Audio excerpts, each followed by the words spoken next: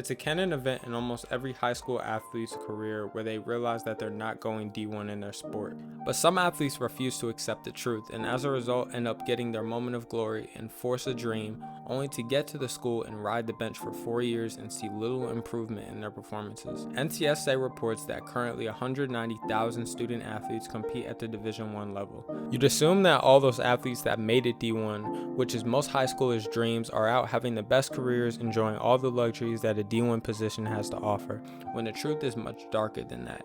Every year, especially around signing day, many athletes fall for the hype of committing to a big name school. Think your UGAs, LSUs, Oregons, and Georgia Techs, and the list goes on. They'll turn down better financial opportunities where they may have gotten more money and been a higher priority to the team just to walk on or barely make a D1 roster where the coach barely knows their name, and all just to say they went D1 while hugely overestimating their skills and underestimating the weight of the commitment they're making in their competition. They'll sign and have their 15 seconds of fame along with the I made it moment with their family and the commitment post on social media, IG, everybody's seen it. It's a viral moment of validation, praise, and respect from everyone that they know. And of course, that feels good. Who wouldn't want to feel that? But then the crowd goes silent and the cheers disappear. And now they have to carry the weight of a decision that they might not even fully understand or are in denial about, but will over time grow into a sad and terrifying realization. Many athletes who make this kind of decision end up injured from the workload, they suffer mentally from the pressure, or even get cut in their first year on the team.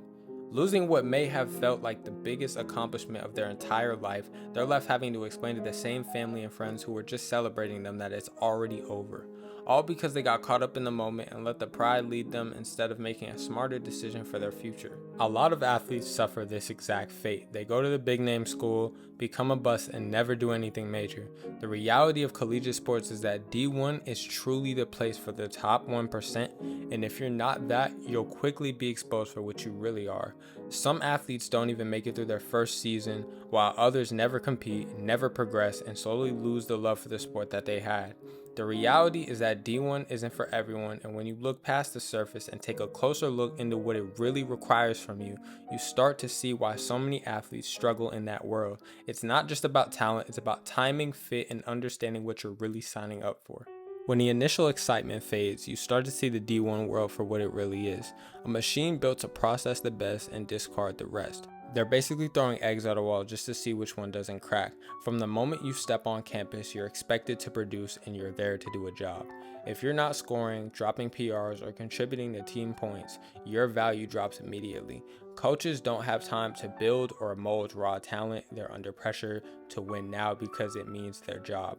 And most programs are designed to plug athletes into an already established system, not customized to develop every athlete per their needs. The training is a one-size-fits-all structure that often crushes those who need time to grow. There's no room to breathe, no space to recalibrate, just pressure to perform.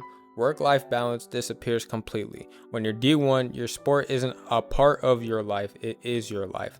Your schedule is packed with early morning lifts, classes, afternoon practices, recovery sessions, meetings, film, and travel.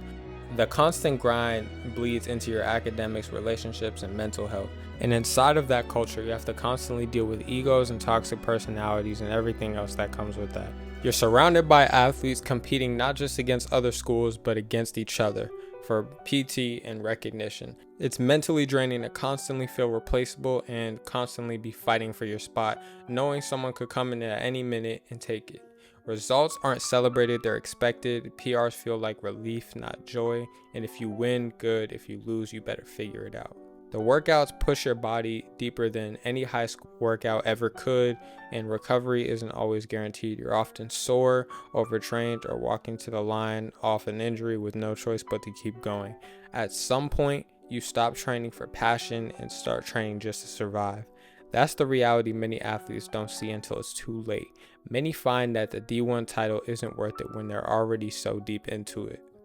A D1 has become a place where you go to win a title and when you're already ready, when you're already the guy, not to build up to that point. There are other options besides going D1, like going D2, D3, or NAIA, where you can attend a smaller institution for a much lower cost and actually be a priority to the team and to the coach. The coach will most likely care much more about building you up long term over your 4 years as well and setting you up for success after your college career ends, instead of just caring about you when you're producing for them.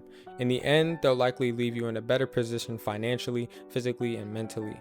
And even then, if you wanted to, you could transfer out to a D1 when they've built you up as an athlete. At the end of the day, going D1 isn't a bad thing. I'm sure many athletes have had meaningful careers and positive experiences working within D1 programs. It's okay to want to go D1, but chasing it for the wrong reasons is where athletes go wrong. Too many fall into the trap of chasing status over the substance of the program, picking schools for the title instead of the fit. They overestimate their readiness, underestimate the pressure, and end up in systems that don't prioritize their long-term growth. The D1 world is cutthroat, demanding, and often unforgiving if you're not producing immediately. And there are always other options like D2, D3, NAIA, where you can be developed, valued, and supported by coaches who see you as a person first and not just a number. And in the long run, those environments often leave you better off mentally, physically, and spiritually on and off the track. Don't fall for the hype and pretend to be something you're not, because the people hyping you up won't be there behind the scenes when it gets hard.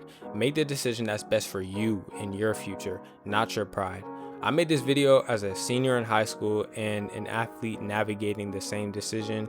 It's meant to be a guide for other athletes going through the recruiting process and recruiting season alongside with me, and a warning about what happens when you don't look to beyond the surface. It's easy to get caught up in the offers, logos, and recognition and opinions of others, but what matters most is the reality that you'll live with every day once the applause dies down.